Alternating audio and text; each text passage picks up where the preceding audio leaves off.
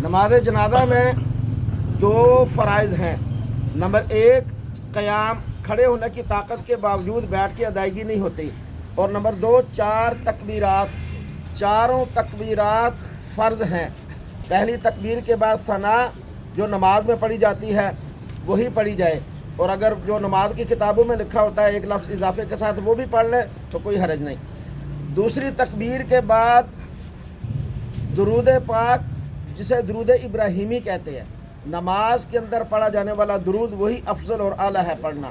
اور اگر کوئی نماز کی کتابوں میں لکھا ہوا جو جس میں 4-5 الفاظ اضافی ہیں وہ بھی پڑھ لے تو کوئی حرج نہیں، لیکن اصل نماز والا ہی ہے۔ تیسری تکبیر کے بعد دعا ہے۔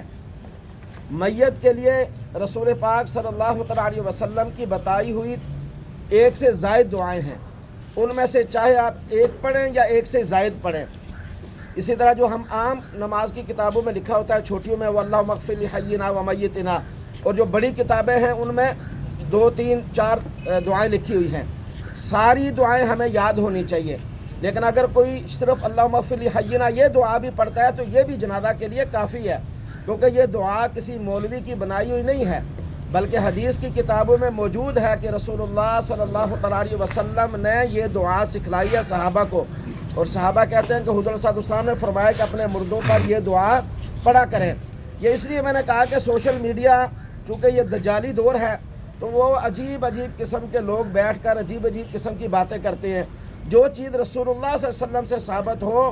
اس پر کوئی اعتراض نہیں کر سکتا۔ مثلا ایک مولوی صاحب انہوں نے کہا جی مولوی دھوکہ دیتے آئے ہیں، جھوٹ بولتے آئے ہیں، آپ لوگ بھیجتے رہتے ہیں ایک دوسرے کو، لکھا ہوتا ہے کہ اس کو ضرور سنیں، آپ کو قسم ہے اس کو ضرور سنیں، اس ویڈیو کو اینڈ تک دیکھیں۔ اور بھائی انہوں نے اپنی ریٹنگ بڑھانی ہوتی ہے، انہوں نے اپنے وہ کمائی کا ذریعہ بنانا ہوتا ہے، اور جی مولوی دھوکہ دے رہے ہیں، جھوٹ بول رہے ہیں، کیونکہ وہ یہ دعا کہتے ہیں، اور اس میں پھر کہا جی وہ میتنا، یہ فعل ماضی ہے،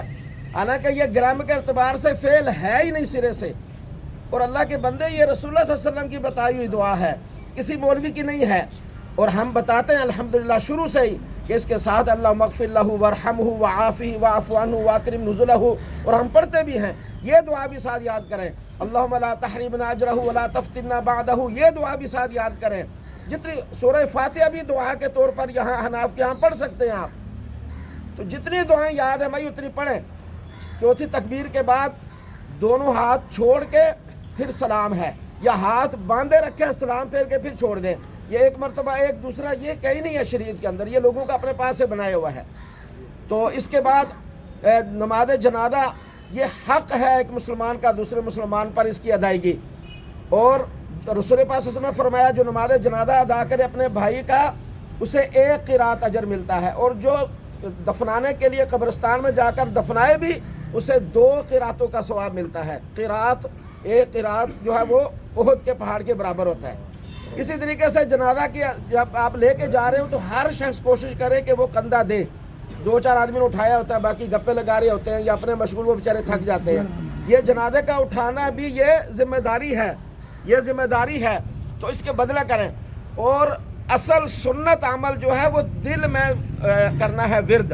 یعنی کلمہ شہادت پڑھیں یا کوئی بھی ذکر و اذکار کریں، دروش پڑھیں، جو بھی، یہ کلمہ شہادت کلمہ شہادت کلمہ شہادت یہ شرعی نہیں ہے، نہ رسول پاک صلی اللہ علیہ وسلم کے دور میں نہ صحابہ نے۔ یہ کیسے ہوا؟ میں نے ایک تاریخ کی کتاب میں پڑھا کہ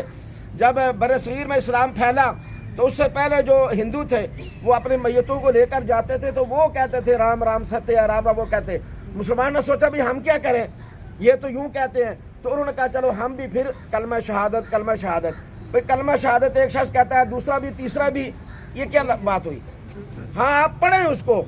پڑھیں، ہاں جی، اشہدو ان لا الہ الا اللہ وان محمد الرسول اللہ، یا پہلا کلمہ پڑھیں، یہ دروش نہیں پڑھیں، اصل ہے دل کے اندر ذکر کرتے جائیں، بات نہ کریں۔ پھر قبر پہ جا کر وہاں بھی قبروں پہ بیٹھنا، بات چیت کرنا، اس سے گریز کیا کریں، دروش شریف پڑھیں، ذکر اذکار ہے، کوئی بھی ذکر ہے، سبحان اللہ ہی پڑھتے رہیں۔ دفنانے کے بعد رسول اللہ صلی اللہ علیہ وسلم نے فرمایا کہ جو اس کے اہل خانہ ہیں وہ یہاں کھڑے ہو کر 1 اونٹ ذبح کر کے تقسیم کرنے کے برابر اپنے مردوں کے لیے دعا کریں۔ ان کو ضرورت ہوتی ہے، اس وقت کرامن کاتبین آتے ہیں سوال و جواب کے لیے، تو ان کو ضرورت ہوتی ہے کہ وہ ان کے لیے کلمہ خیر کیا جائے، دعا کیا جائے ان کی آسانی کے لیے۔ اسی طرح قبر میں میت کو دفنانے کے بعد پھر اس کے سرانے کی طرف الف لام میم سے مفلحون اور پاؤں کی طرف